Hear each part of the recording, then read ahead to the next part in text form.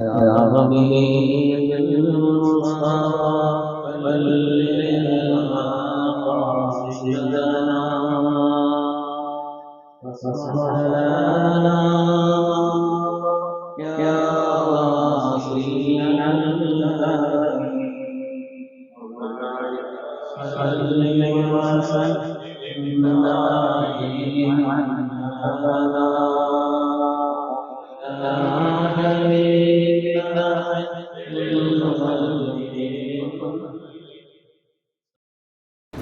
கண்ணியமிக்க முஃமினீன்களே, ரப்பு சுப்ஹானஹு வ தஆலா குர்ஆன் ஷரீஃபிலே நமக்கு ஈமானிய பண்புகளை கற்றுத் தருகிறார். ஒரு ஆள் நம்மளை பார்த்து நல்லா இருக்கீங்களான்னு கேட்டால் என்ன சொல்லணும்?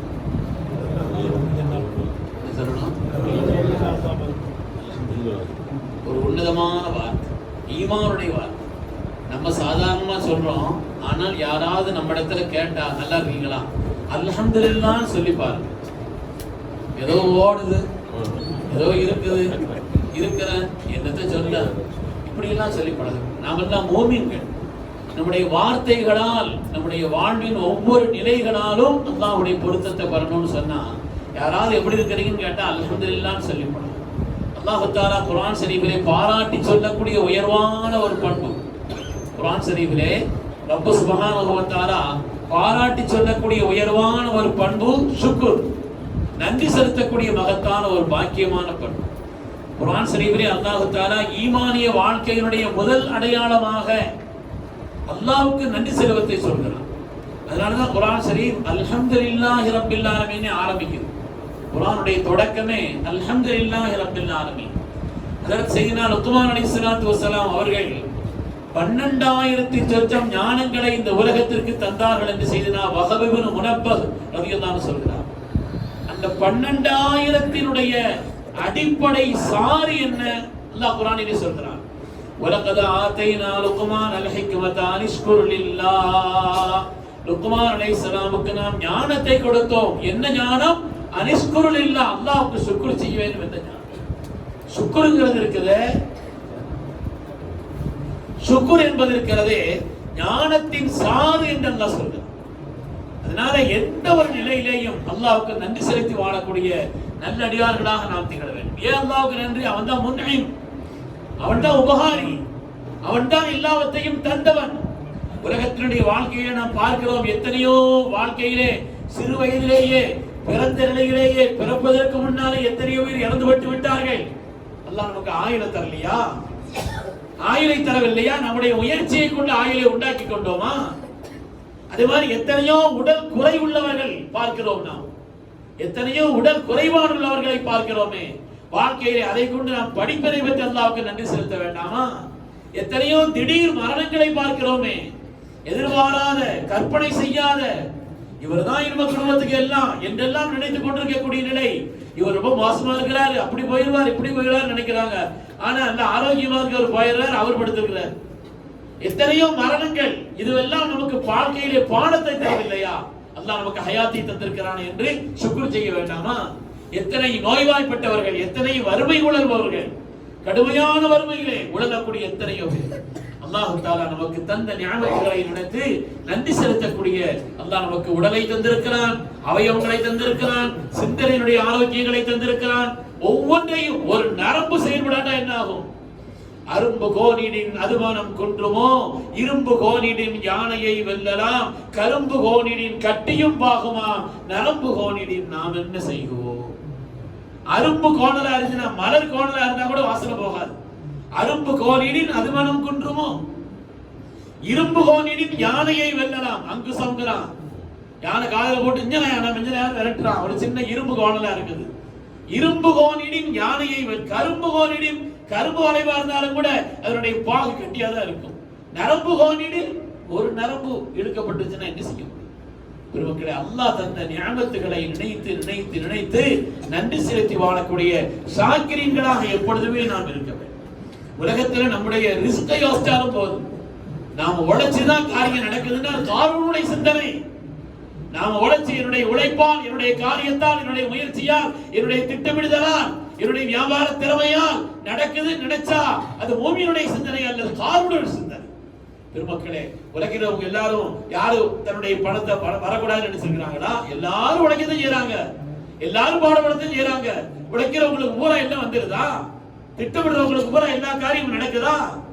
ரிஸ்க்குங்கிறது அல்லாஹ் கொடுக்கக்கூடிய. ஒரு பெரியவர் சொல்வார், இதா குன்த லா தாரிஃபு உன்வான ரிஸ்குக ஃபைன்ன ரிஸ்கக யாரிஃபு உன்வான. ரிஸ்கினுடைய அட்ரஸ் உனக்கு தெரியாட்டாலும் கூட உன் அட்ரஸ் ரிஸ்குக்கு தெரியும் சொல்லுவாங்க. ரிஸ்கினுடைய அட்ரஸ் என்ன அது உனக்கு தெரியாட்டாலும் கூட உன் அட்ரஸ் ரிஸ்குக்கு தெரியும். எப்படி வந்து சேரணுமோ, எப்படி வந்து சேரணுமோ, எப்பொழுது வந்து சேரணுமோ, எவ்வளவு வந்து சேரணுமோ. சுப்ஹானல்லாஹ், ரிஸ்கை பற்றி யோசித்தால் மகா பெரிய ஆச்சரியம் உள்ள காரியங்கள் அது. எனவே முயற்சியே கூடாதுங்கிறது அல்ல, வெறும் முயற்சியினால் மாத்திரம் நடக்கிறது நினைச்சா அப்படி நினைத்தவன் காரூன். இன்னமா உதீதுஹு அலா இல்மின் இன்தி, என்னுடைய அறிவினால் நான் கொடுக்கப்பட்டேன் என்று சொன்னான். அறிவினால், என்னுடைய முயற்சியால், என்னுடைய சிந்தனையால், என்னுடைய திறனால் நான் வழங்கப்பட்டேன் என்று சொன்னவன் அல்லவா காரூன். எனவே ரப்பு கொடுக்கிறான். அதுதான் யதார்த்தமும் உண்மையும் கூட. அதுதான் அல்லாஹ் கொடுக்கிறான். எத்தனையோ அப்பாவி சப்பாவியா இருக்கிறாங்க, கையெழுத்து கூட ஒழுங்கா போட தெரியல, ஆனா பணம் எங்கனே எவ்வளவு இருக்குதுன்னு தெரிய மாட்டேங்குது. சில பேர் கையெழுத்தால ரொம்ப நீட்டா மேல நோக்கி கையெழுத்த போட்டா பணம் நிறைய வரும், எல்லாத்தையும் அப்படியெல்லாம் தோல் போட்டு பார்த்து தான் பாக்குறாங்க, கதை நடக்க மாட்டேங்குது. அதனால ரப்பு எப்பொழுது யாருக்கு எவ்வளவு எங்கே நாடுகிறானோ அல்லாஹ் கொடுக்கிறான். அல்லாஹ் தஆலா சுக்ர் செய்வதை நமக்கு கட்டளையாக்கி இருக்கிறான். ஃபதுகுரூனி அதுகுருக்கும் வஸ்குரூலி, எனக்கு நீங்கள் சுக்ர் செய்யுங்கள், வலா தக்ஃபுரூன், நன்றி கெட்டவர்களாக ஆகிவிடாதீர்கள். அல்லாஹ் சொல்றான், நன்றி கெட்டவர்களாக ஆகிவிடாதீர்கள். வஸ்குரு இன் குன்தும் இய்யாஹு தஅபுதூன், ரப்பை வணங்குவதாக இருந்தால் சுக்ர் செய்து பழகுங்கள்.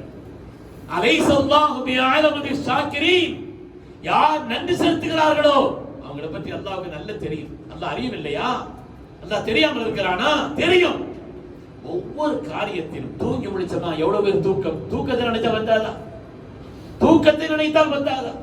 ஒரு தூக்கம், எவ்வளவு பேர் தூக்கம் இல்லாமல் என்னென்ன வகையான சிரமம். சிலர் படுத்த உடனேயே பெரிய சொல்லுவார், சில பேர் படுத்த அவங்கள்ட்ட பேசிட்டு இருக்க கூடாது. கட்டணத்தை சொல்லுவார், என்ன நம்ம தனியா பேசிட்டு இருக்கோம் யாராவது நினைச்சுக்கிறோம்னு சொல்லுவாங்க. அவங்க உடனே தூக்கிடுவான். அப்படி படுத்த உடனேயே குரட்டை விடக்கூடிய ஆட்கள் இருக்கிறாங்க. படுத்த உடனே சில பேர் படுத்தாலும் எல்லாத்தையும் ஓதனா அது 100 தடவை ஓதணும். போன் பண்ணி கேட்கறான், அசத்து 100 தடவை ஓதியாச்சு, இப்ப என்ன செய்ய, தூக்கம் வர மாட்டேங்குது. அது அல்ல. தூக்கம் என்பது ரப்பினுடைய நிஅமத், வமின் ஆயாத்திஹி, ரப்பினுடைய அருள். மனாமுக்கும் பில்லைலி வன்னஹார், பகல் இரவிலே உங்களுக்கு தூக்கத்தை தருவது யார்? நினைச்சா தூங்கிட முடியுமா? அதனாலதான் எழுந்து அல்ஹம்துலில்லாஹ், தூங்கி முடிச்ச உடனே எழுந்திருப்பதற்கு அல்லாஹ் தௌஃபீக் தந்தானே. ஒரு குட்டி மாறணும், அல்ஹம்துலில்லாஹ் சொல்லி பழகு. சாப்பிட்டு அல்ஹம்துலில்லாஹ் சொல்லி பழகுங்க. ஒவ்வொரு காரியத்திலேயும் அல்லாஹ்வுக்கு நன்றி செலுத்தக்கூடிய உன்னதமான ஒரு குணம் மூமினுடைய குணமாக இருக்க வேண்டும். ஒரு மூமின் என்பதற்குண்டான அடையாளமே சுக்ர் தான். அஜபல் லிஅம்ரில் மூமின், ஒரு மூமினுடைய காரியம் அது ஆச்சரியகரமானதும் அது பாக்கியமானதும். ஏதாவது வாழ்க்கையில பாக்கியங்கள் அல்ஹம்துலில்லாஹ் சொல்லணும். ஏதாவது சின்ன சிரமங்கள் இருக்குது, சபர் செய்யணும், ரெண்டுமே அவனுக்கு பாக்கியம். அதனால சுக்ர் செய்வதுதான் மூமினுடைய பண்பு. சுக்ர் செய்வது அல்லாஹ்வுடைய பொருத்தத்தை தரும். அல்லாஹ் நன்மைகளுக்கு கூலி தர்றதுங்கிறது வேற, அவனுடைய பொருத்தம் தர்றதுங்கிறது வேற. ஒரு துவான மின் அல்லாஹி அக்பர், குர்ஆன் சொல்லுது. அல்லாஹ்வுடைய பொருத்தம் தான் எல்லாவற்றையும் விட பெருசு. எல்லாவற்றையும் விட பொருத்தம் கிடைச்சிருச்சுன்னு வேற என்ன இருக்குது? அல்லாஹ் பொருந்திக்கிட்டான்னா போதும். அந்த பொருத்தத்திற்கான காரணத்தையும் வழியையும் அல்லாஹ் சொல்கிறான். வயின் தஷ்குரு, நீங்கள் சுக்ர் செய்து வாழுங்கள், நன்றி செலுத்தி வாழுங்கள், யர்லஹு லக்கும், அல்லாஹ் உங்களை பொருந்திக் கொள்வான். அல்லாஹ் நசீபை தந்தரல வேண்டும். அல்லாஹ்வுடைய பொருத்தம்ங்கிறது சுக்ரின் வழியாக கிடைக்கிறது என்று மார்க்கம் நமக்கு சொல்கிறது. சுக்ர் செய்தான்னா அல்லாஹ் வாக்களிக்கிறான் அல்ல, உறுதி சொல்கிறான். அதாவது அல்லாஹ் நான்னா கொடுக்கிறான், நான்னா செய்யறான், நான்னா ரிஸ்க் தரான், நான்னா அப்படி ஆக்குறான் இல்லெல்லாம் சொல்றான். ஆனால் சுக்ர் செய்தால் அல்லாஹ் அஸீதன்னக என்று ஓதப்பட்ட ஆயத்துல வந்துச்சு. அல்லாஹ்வுக்கு நன்றி செலுத்தினால் நிச்சயமாக, உறுதியாக, கண்டிப்பாக அல்லாஹ் உங்களுக்கு நிஅமத்துகளை அதிகப்படுத்தி தருவான். வலையின் கஃபர்தும், நன்றி கெட்டத்தனமாக வாழ்ந்தால் இன் அதாபில ஷதீத், என்னுடைய அதாபு கடுமையானதுங்க, என்னுடைய அதாபு கடுமையானதுங்க. அதனால அல்லாஹ்வுக்கு நன்றி செலுத்தி வாழக்கூடிய உன்னதமான ஒரு நிலை நிஅமத்துகளை அதிகப்படுத்தி தரும், வேதனைகளை விட்டு பாதுகாக்கும். மா யஃஅலுல்லாஹு பிஅதாபிக்கும் இன் ஷக்கர்தும், நீங்கள் சுக்ர் செய்து ஈமான் கொண்ட நிலையிலே சுக்ர் செய்து வாழ்ந்தால் அல்லாஹ் தஆலா உங்களை அதாபை கொண்டு ஒன்றும் செய்ய மாட்டார். அதாப் வராது, சோதனைகள் வராது என்று குர்ஆன் சொல்லுகிறது. அருமையான பெருமக்களே, எல்லாவற்றையும் விட மேலாக மறுமையிலே மகத்தான கூலி ஷாக்கிரீன்களுக்கு நாம் மகத்தான கூலியை தயாரித்து வைத்திருக்கிறோம்.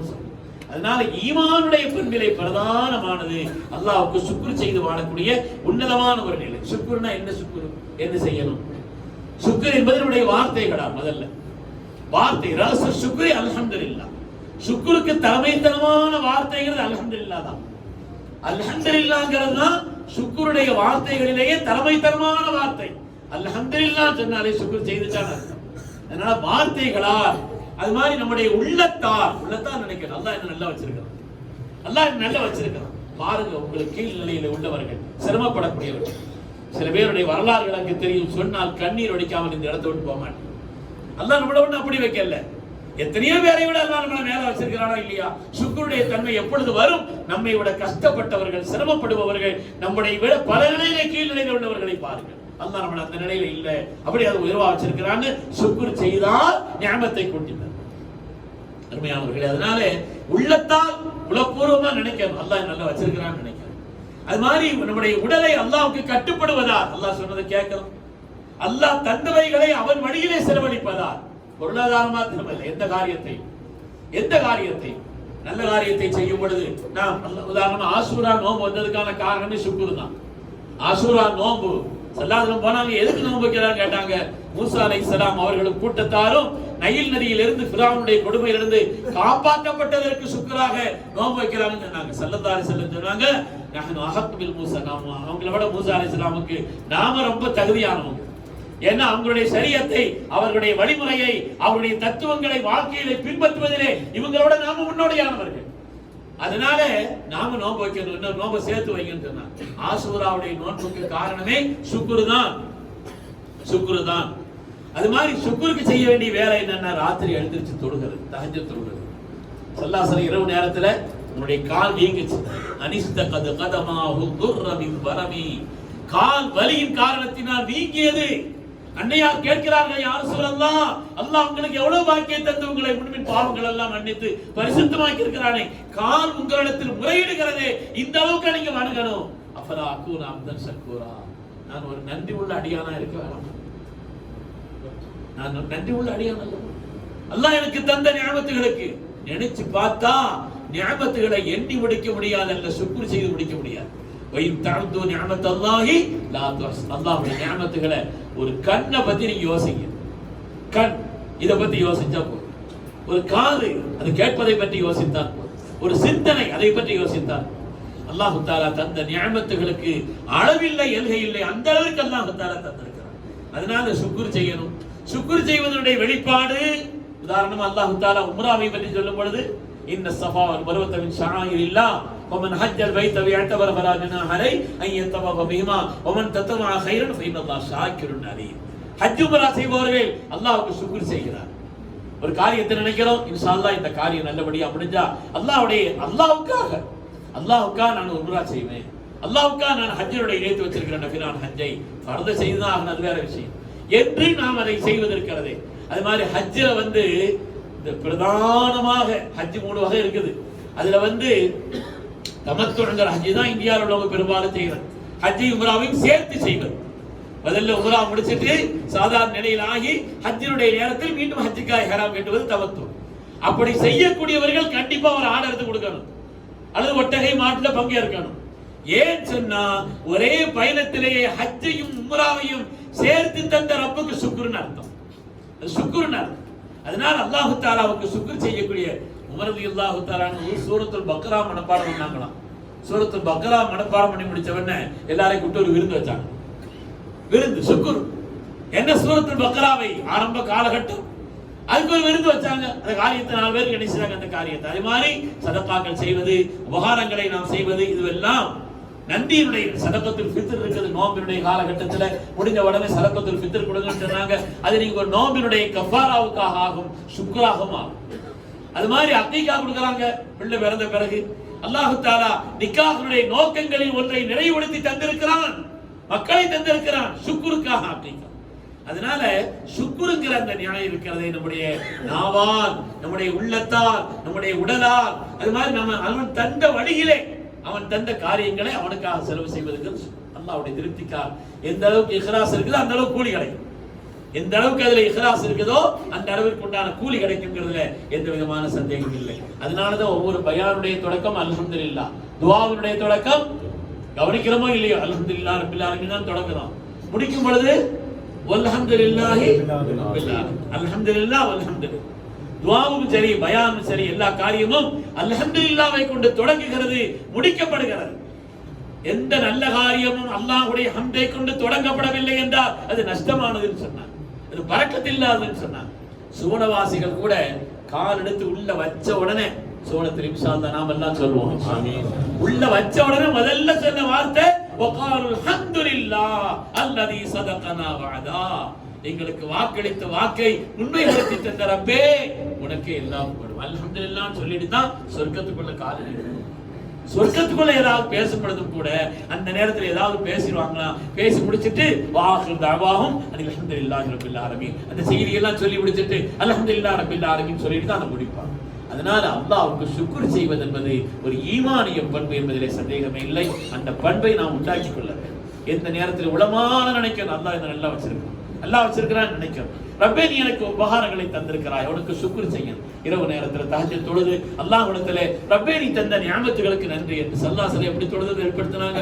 அது மாதிரி சுக்ருடைய நிலைகளை நாம் நம்முடைய சொற்களால், செயல்களால், எண்ணங்களால் அல்லாஹ் தந்த பாக்கியங்களை அவன் விரும்பக்கூடிய வழியிலே செலவழிப்பதா, பொருளாதாரத்தையும் அல்லாஹ் தஆலா நம்மை கொடுக்கும் நிலையில் வைத்திருக்கிறான் என்பதற்காக ஒரு சுக்ர்.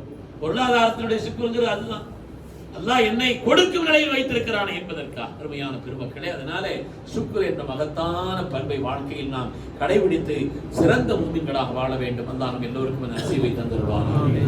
ஆமீன் ஆமீன் யா ரப்பல் ஆலமீன். வஆஹிரு தஅவானா அல்ஹம்துலில்லாஹி ரப்பில் ஆலமீன்.